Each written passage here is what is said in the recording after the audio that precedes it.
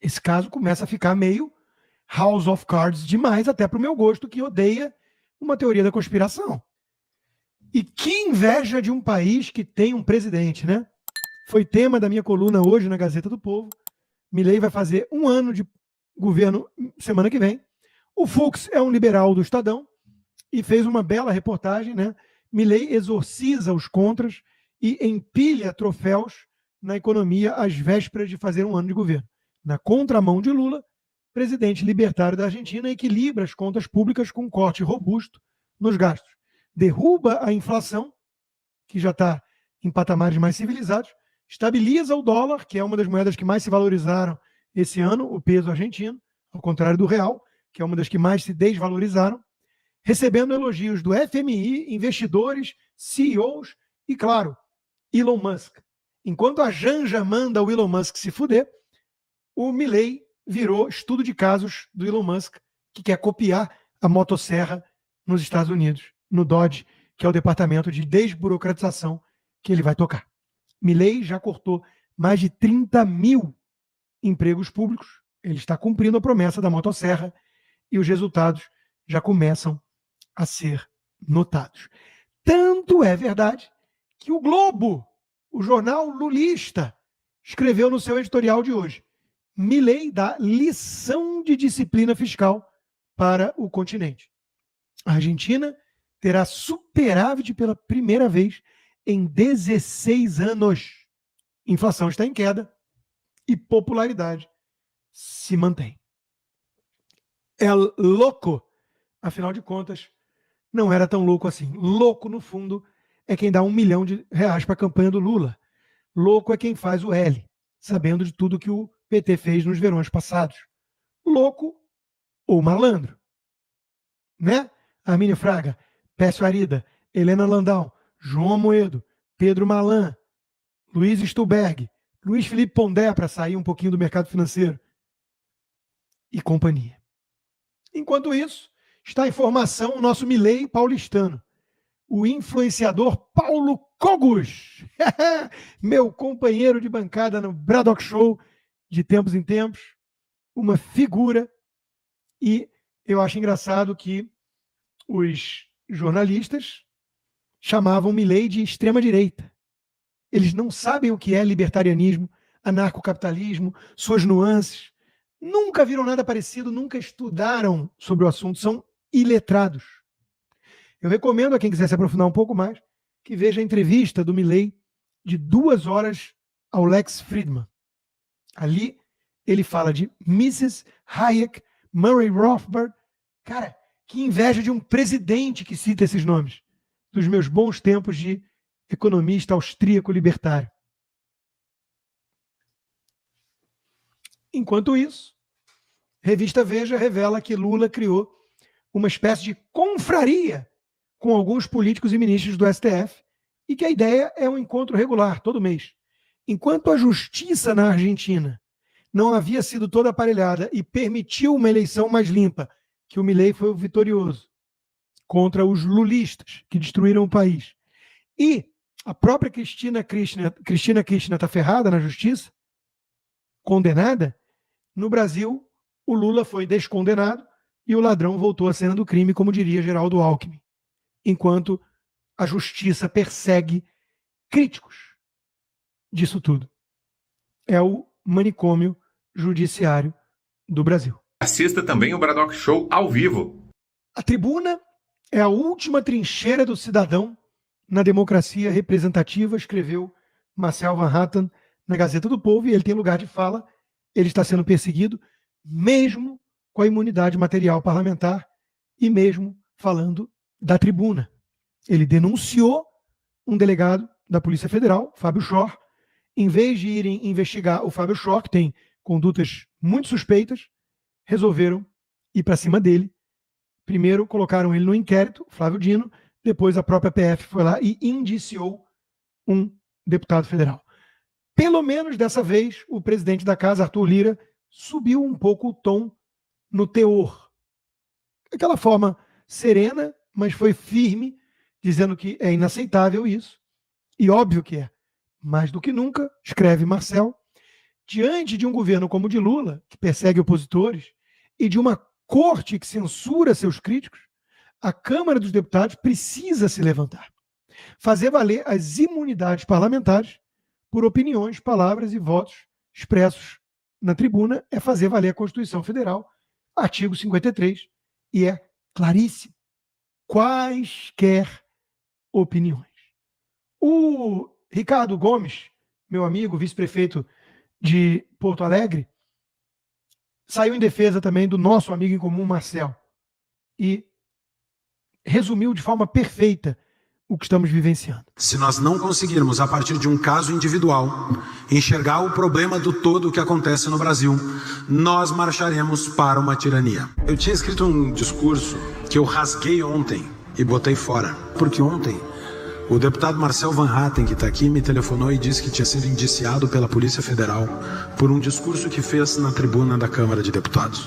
Nós temos diante de nós um deputado federal indiciado por usar a sua voz na tribuna que ele foi eleito para usar a sua voz. A democracia é ruidosa, ela incomoda. A tribuna da Câmara produz insultos, mas ela é a válvula de escape de uma sociedade. Justiça fora da lei, julgamento fora da lei, julgamento fora do Estado de Direito, julgamento por juiz incompetente, julgamento por juiz que é vítima, julgamento por juiz que é investigador, julgamento por juiz que é relator, vítima, acusador. Não é justiça, é vingança, é justiçamento. Nós perdemos a liberdade do parlamento. E parlamento vigiado, parlamento com liberdade autorizada não é parlamento. Se nós não protegemos a nossa república, nós estaremos muito brevemente olhando aquela frase que está esculpida na entrada da Assembleia Legislativa: povo sem parlamento é povo escravo. Povo sem parlamento é povo escravo. E o parlamento hoje virou basicamente uma casa irrelevante se os parlamentares não fizerem valer seus direitos e suas prerrogativas constitucionais para começo de conversa de legislar. São eles que devem legislar e não o STF. Mas o STF quer legislar para censurar, alegando que existe um vácuo do parlamento em relação às redes sociais, o que é mentira. Como diz o mestre Guzzo, é integralmente falso que não exista lei regulamentando o uso das redes sociais no Brasil. Existe sim, há 10 anos. É o Marco Civil da internet. O que não existe, na verdade, é uma lei que o STF goste. O regulamento em vigor preserva a liberdade de expressão. E a liberdade de expressão é a besta fera fundamental que o STF quer eliminar no Brasil. Exigem a censura prévia e eterna, onde o cidadão é proibido de dizer até mesmo o que ainda não disse. É o crime de opinião do que ele poderia pensar. Eu sei porque eu tenho lugar de fala também. Eu estou sob censura prévia no Brasil. Se eu criar uma nova conta no Twitter, no X, ela vai ser suspensa, mesmo que não tenha nada postado ainda. Eu não posso ter participação na praça pública da era moderna, segundo Alexandre de Moraes. Isso é censura prévia. A Carmen Lúcia sabe, mas ela é cúmplice, como todos os outros que se recusam a denunciar ou votar contra isso quando tem a oportunidade. Ou seja, o STF, quase como um todo ali, né, virou uma extensão do petismo, que é um partido comunista que sempre quis a censura como instrumento para calar adversários. Como diz a Gazeta do Povo, jornal que eu recomendo que todo mundo assine agora, se ainda não é assinante, o melhor jornal do Brasil, nem em ditaduras judiciário liderou regulação de redes como o STF quer fazer. Belíssima reportagem do Leonardo Desideri, mostrando caso a caso. A Alemanha, por exemplo, o Reino Unido, estão com leis muito absurdas sobre liberdade de expressão. Ainda bem que eu sou americano e moro nos Estados Unidos, que aqui ainda tem a primeira emenda e a cultura da liberdade. Mas, mesmo nesses países, foi o parlamento que avançou com essa censura, não a Corte Suprema. Nem na Venezuela, leis contra o discurso de ódio, né, foram adotadas pelo parlamento, pelo judiciário, foi pelo parlamento, ainda que como uma peça de decoração do Poder Executivo. Mas eles usaram o parlamento para manter o verniz de democracia. No Brasil não há mais sequer o verniz. Quem quer que diga que o Brasil é um país democrático está mentindo. Por isso me incomoda tanto o Hugo Mota, que vai ser o futuro presidente da casa, no lugar do Arthur Lira, falando, veja bem, não podemos aceitar que se repita aquele 8 de janeiro, mas também as punições não podem ser exageradas. Esse tipo de papinho não é papo de quem vai vir com a votação da anistia ali na frente e lutar por isso. É papo de quem está do lado do sistema, endossando a narrativa mentirosa do sistema. Sistema esse que tem a cumplicidade até aqui da OAB, que uma vez ou outra se levanta para criticar, mas de forma muito tímida, não fala nada do Prerrogativas, o movimento dos militantes petistas disfarçados de advogados, que estão homenageando a Janja, mas proíbe advogados de conceder entrevistas com frequência. Juiz Supremo, que não é juiz coisa alguma, porque só o Fux ali é juiz, né? Pode dar entrevista o tempo todo, como o Gilmar Mendes faz, como o Barroso faz, mas advogado de um certo espectro político, não, né? De clientes de direita, não. O André Marsiglia, sempre brilhante, escreveu na sua coluna do Poder 360 uma OAB que censura. Entidade limitou concessão de entrevistas por advogados. Criamos um ecossistema que normaliza o cerceamento da liberdade. Estão no Brasil normalizando ou muitas vezes aplaudindo a censura, porque a Globo, o Estadão, a Folha estão lá endossando a narrativa de que se é para perseguir, calar, censurar bolsonaristas, então é para salvar a democracia. Vale tudo. Diz Marsiglia, parece que criamos uma espécie de ecossistema que normalizou essa censura, assim como nos habituamos à corrupção, ao caos diário da saúde e da educação, incorporamos a censura como parte do nosso dia a dia. Uma OAB que censura é um preocupante sintoma desse ecossistema. Espero com sinceridade que a mencionada decisão seja revista. Pouco provável, porque a OAB tem sido cúmplice do STF até aqui, no essencial que os golpistas supremos vêm praticando de perseguição no país. O Luciano Trigo, na Gazeta do Povo, na sua coluna de agora, buscou o caso do Larry Flynn, que tem o filme, né, muito bom também, sobre liberdade de expressão, para lembrar o óbvio ululante. A liberdade de expressão não existe apenas para discursos agradáveis ou convencionais, mas também e principalmente para aqueles que chocam, ofendem ou incomodam. O próprio Larry Flint dizia: a liberdade de expressão não é feita para proteger o discurso que você gosta. Ela é feita para proteger a fala que você não gosta. De canalhas como eu, ele dizia. Se a lei protege um canalha como eu, ela vai te proteger. Por isso ela tem que proteger um canalha como eu, ele dizia. Ninguém entende que a primeira emenda só é importante se você quiser ofender alguém. Se você não vai ofender ninguém, não precisa de proteção de primeira emenda. Se você vai falar platitudes, que nem o Ricardo Amorim na economia, ou que nem o Felipe Pondé, ou sei lá, o Merval Pereira no jornalismo, você não precisa de lei nenhuma te protegendo. É água de salsicha. É insosso. Veja bem, por um lado temos o Lula, por outro lado, veja bem, o Bolsonaro. O isentão não precisa de proteção nenhuma. Agora, o cara que chama ladrão de ladrão e o ladrão está com todo o poder nas mãos, esse precisa de proteção, né? Porque senão vai ser enquadrado em discurso de ódio. É odiar alguém e chamar ladrão de ladrão. Outras frases boas dele. A regra da maioria só funciona se você também considerar os direitos individuais. Porque você não pode ter 5 lobos e uma ovelha votando o que é o jantar. Você tem que ser capaz de tolerar aquilo que não necessariamente gosta para poder ser livre, até mesmo aquilo que você abomina. Eu jamais defenderia a censura ao imitador de focas. E ele é uma pessoa execrável, podre. Um vagabundo que diz só burro ou safado defende o PT e hoje é o maior defensor do PT. Ele é burro ou safado? Uma democracia não pode existir sem liberdade de expressão. É por isso que os americanos tendem a esquecer, porque eles nascem com uma cultura onde todas as liberdades parecem garantidas. Um dado da natureza. E você não pode jamais take for granted a liberdade de expressão. Como alertava Reagan, a liberdade nunca está a mais de uma geração de ser perdida. Ou a gente nutre esse sentimento, ou os malandros autoritários avançam.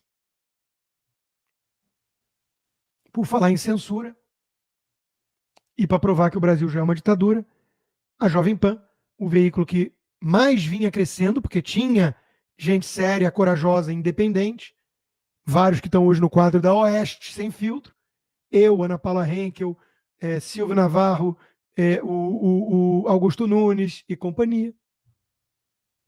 Braddock, estamos lá, eu, o Salles, o Vitor Brown apresentando. A turma foi procurando espaços que tivessem coragem de defender a liberdade do comentarista de opinar. Na Jovem Pan isso acabou. Acabou. E eu estou com insiders, né, de gente lá dentro. Um me disse, Rodrigo, eu vi o seu vídeo sobre esse assunto no Braddock e a coisa está pior do que você pensa. É explícito que não pode falar nome de ministro, não pode falar da pauta do STF, tem que evitar. Essa pessoa está pensando em picar a mula do país. Um outro, eu levei os únicos comentaristas que prestam lá, porque a turma toda debandou. Eu que levei. Eles reconhecem isso. E pelo menos um deles eu sei que está falando assim, cara, será que fica para ocupar o espaço e tudo? Ou é melhor sair logo antes da barca afundar de vez? Porque, make no mistake, a barca está afundando. O advogado do Bolsonaro foi falar da censura que a própria Jovem Pan sofreu e foi censurado da maneira mais constrangedora que eu já vi no jornalismo. É o Capês, né? Que teve que fazer o trabalho sujo por conta do ponto. Por exemplo, vou falar aqui de Jovem Pan. Nós tivemos falas que foram censuradas quando atribuíam a outro candidato ligação com ditadores da América Latina, quando não permitia que se falasse da ação penal que ele respondeu e foi condenado. Tivemos o ministro Marco Aurélio Mello censurado na sua fala quando diz que o atual presidente nunca foi absolvido. Enfim, nós tivemos um processo disfuncional. E essa disfuncionalidade levou... Tá. Bom, doutor Paulo, nós estamos com tempo limitado hoje aqui na nossa questão. Nós vamos fazer essa entrevista mais longa, ela precisa ter um pouco mais ser um pouco mais alongada. Nós temos vários temas aqui e nós vamos fazer isso num momento posterior. Nesse momento nós estamos com o tempo meio em cima para a gente poder caminhar. Então eu vou pedir licença ao senhor para nós darmos sequência na entrevista mais para frente, no momento posterior. Muito obrigado. Vamos passar agora para o próximo tema. O ministro do Supremo Tribunal Federal, Flávio Dino, liberou o retorno do pagamento de emendas. É um momento talvez mais constrangedor do jornalismo brasileiro. Tutinha, eu não vou nem jogar pedra, eu não vou chamar de covarde, porque eu sei que o Alexandre de Moraes te convocou nessa linha dele, eu sei. Não foi você que me contou, só estavam vocês dois, mas eu sei. Eu tenho minhas fontes. Eu sei também que exigiram a minha cabeça, a da Zoe Martins, a do Paulo Figueiredo, e vocês tiveram que entregar. Eu vou usar esse caso vergonhoso para mostrar onde o Brasil está. A Jovem Pan estava incomodando a Globo, o sistema, dando liberdade para gente como eu e outros. E teve que sucumbir com pressão até do Ministério Público. Desfez o acordo com a Jovem Pan Bauru. Nasce, então, a Rádio Auriverde. Na hora que eu vi a notícia e o pronunciamento do Pitoli, eu mandei mensagem para ele. Falei, quero ser comentarista da tua rádio de qualquer jeito. Vou te ajudar nessa. Ele é muito grato até hoje, porque eu fui o primeiro. E dei força, porque eu não suporto ver injustiça e covardia, de certa forma. E a Jovem Pan já mostrou no passado que gosta de uma covardia, sim. Quando eu fui cancelado, os senadores ligaram pedindo cabeça, tudo, me demitiram, né? Sobre o caso Mariana Ferrer, que nem era do que eu falava, e emitiram uma nota canalha, dizendo que a Jovem Pan não concordava com a minha fala sobre o assunto, me jogando na cova do leão. Depois tu tinha falado, quando a poeira baixar, e aí me recontratou. Aí ficava me colocando para discutir com um Dirceuzinho para dar audiência, com falácias pipérnicas, com um bando de gente que, enfim, não é arrogância, mas não está no mesmo nível de debate, porque deve ter alguns esquerdistas inteligentes por aí. Não são esses. Então, era, além de tudo, muito cansativo, né? Eu não sinto nenhuma saudade. Mas é vergonhoso o que está acontecendo com a Jovem Pan, com o Brasil. É a prova de que a ditadura foi instaurada. Por falar em Paulo Figueiredo, um dos que foram cancelados aí junto comigo, e do advogado do Bolsonaro, o Paulo entrevistou o advogado, porque não vai interromper e falar o que o ponto está dizendo aqui, interrompeu, acabou o tempo, mas vai ter mais tempo depois, mas outros assuntos. Numa das respostas, ele fala uma coisa interessante sobre o telefone celular do Mauro Cid. Um dos investigados que foi indiciado nos autos dos presentes, o foi por conta, de uma maneira absurda, por conta de um excerto de uma conversa do Coronel Cid. Nós pegamos o celular dele, que não tinha sido apreendido, e fomos olhar, a conversa era completamente outra. Então a gente não pode se arrumar nessa narrativa construída a partir de excertos de conversas descontextualizadas. Isso é perigosíssimo. É perigosíssimo mesmo.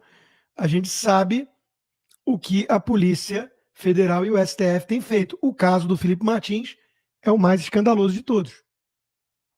Discurso encontrado pela PF contraria todas as acusações, diz a defesa de Felipe Martins.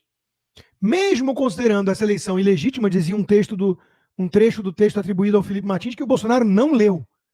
Mesmo considerando essa eleição ilegítima, não irei contestá-la. Meu amor pelo país e pelo povo brasileiro está acima de tudo. Seguirei firme em meu compromisso com nossa nação e lutarei desde o primeiro dia contra um governo que considero ilegítimo e sem condições morais de governar nosso país. O que há de golpe se não ia contestar o resultado, ainda que ilegítimo? É evidente que o discurso, embora duro e marcado por uma forte retórica política, própria de quem se preparava para liderar a oposição no futuro governo, nada tem de golpista, diz a defesa. O discurso, aliás, é bem menos agressivo do que outras manifestações políticas da história recente, promovidas pelo próprio PT, contra todos os presidentes eleitos, quando não era do PT. A defesa também questiona o fato de o discurso não ter sido incluído no relatório final. Isso levanta uma questão seríssima. Estaria a Polícia Federal selecionando provas de forma parcial, omitindo documentos que inocentam um investigado? Chama-se cherry picking. Você vai selecionando a dedo o que você quer usar para criar uma narrativa. E é o que a Polícia Federal tem feito até aqui. Essa que virou uma ala alexandrina dentro da Polícia Federal. Uma Gestapo. Um bando de jagunços do ditador. Será que a polícia vai investigar a fundo esse caso muito estranho que a Janja já melou toda a narrativa quando disse que um bestão se matou com fogos de artifício? Porque o Globo continua insistindo em homem-bomba, né? Agora morreu Dayanes Dias, ex-esposa do homem-bomba, que atacou o STF. Não era um homem-bomba e não atacou o STF. Era um homem com fogos de artifício atacando uma estátua. E a ex-mulher dele ateou fogo na própria casa e dias depois agora veio a óbito. Esse caso começa a ficar meio House of Cards demais, até para o meu gosto, que odeia uma teoria da conspiração. O que está por trás disso? Enquanto isso, temos vários presos políticos, essa é a prioridade número 1 do país. Paulo Briguet, na sua coluna da Gazeta do Povo, anistia um caminho para a salvação do país, e ele toca num ponto muito interessante. Ao salvar a vida dessas pessoas, impedimos o colapso total do país, porque o destino dos presos de 8 de janeiro será o nosso destino, como nação, e a sua ruína será a ruína de toda a nação. Tem um dos amigos do Briguet que está foragido na Argentina, até porque estão prendendo vários lá, né? Que disse: eu prefiro morrer do que voltar para aquele inferno e ouvir o Clesão morrer na minha frente. Enquanto isso, a família Mantovani pede perdão ao Todo-Poderoso, se ajoelha em praça pública, se deixa se imolar e levar 100 chibatadas pelo Xerxes alexandrino para que possa ter paz e liberdade. STF encerra processo sobre ofensas ao ministro Alexandre de Moraes, supostas ofensas, em Roma, após confissão sob tortura e ameaça e chantagem da família. Eu fiz o comentário óbvio que muita gente fez. Cadê as imagens? Cadê as imagens? Essas não aparecem. Essas não vazam. O resumo da ópera está aqui, meus amigos. Vou escrever aqui para que fique registrado para posteridade. John Peters resumiu. Posteridade. A atual composição do STF conseguirá fazer o que nem mesmo o PT, 16 anos no poder, conseguiu: quebrar o Brasil. O mundo tolera governo de esquerda, até mesmo os mais perdulários. Afinal, a alternância de poder acaba equilibrando a balança, porque a direita vai lá depois limpar a sujeira deixada pela esquerda. Mas há uma linha que, uma vez cruzada, lascou. Estamos ferrados, como diria o Meto.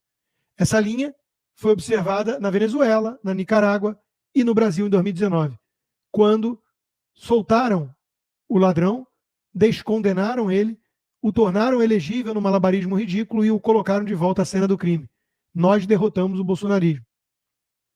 A destruição das Forças Armadas também faz parte desse pacote e está em curso. Uma vez que um país seja considerado totalitário, com processo democrático sem transparência, tendo presos políticos, exilados, perseguidos, jornalistas censurados, o fluxo de dinheiro começa a cessar, buscando lugar mais estável. E aí, meus amigos, ferrou. O Brasil cada vez mais fechado e isolado do mundo. Quem viveu nos anos 80, e eu lembro bem, sabe o que isso significa. Atraso, não só econômico, como tecnológico, dificuldade de acesso a produtos importados, pária global e por aí vai. Enquanto isso, Jair Bolsonaro, não por culpa sua, né? A menos que você considere a culpa dele ter sido, enfim, frouxo para seguir adiante com tal golpe, que não era golpe, era uma análise do artigo 142 da Constituição, mas a situação, assim como eu não jogo pedras no Jovem Pan, pela situação, né? Eu não vou jogar pedras em Jair Bolsonaro. Ele corre muitos riscos e sozinho enfrentou muita coisa. Mas é humilhante ver essa situação. É óbvio que é humilhante. O ministro Alexandre de Moraes autorizou somente às quase 14h a ida de Jair Bolsonaro ao velório da mãe de Valdemar Neto, presidente do PL. Pelo horário, Bolsonaro ficou impedido de comparecer. Por seu advogado, ele agradece a liminar e peticiona no sentido de comparecer à missa de 7º dia. É humilhante isso. Michele foi representando o ex-presidente numa hora de empatia em relação ao presidente do partido. E o Gilmar Mendes, que não para de dar entrevista, diz que Curitiba é uma porcaria, né? Basicamente isso. Gilmar Mendes diz que tem má fama por conta da República de Curitiba, do Moro e do Deltan. Deltan respondeu à altura, né? A mais recente polêmica do Gilmar é isso aí, né? Enquanto Gilmar continua a atacar em surtos coléricos Curitiba e seus habitantes devido ao ódio pela Lava Jato, a cidade foi eleita nesse ano a melhor capital para se viver. Não existe república melhor. E ele retorna a indicação de Gilmar Mendes lá para o STF lá atrás, quando o jurista Dalmo Dallari disse: Gilmar Mendes no Supremo é a degradação do judiciário brasileiro. Que profético. Que profético. Para nos assistir hoje, ao vivo, às 20 horas, clique na playlist. Show.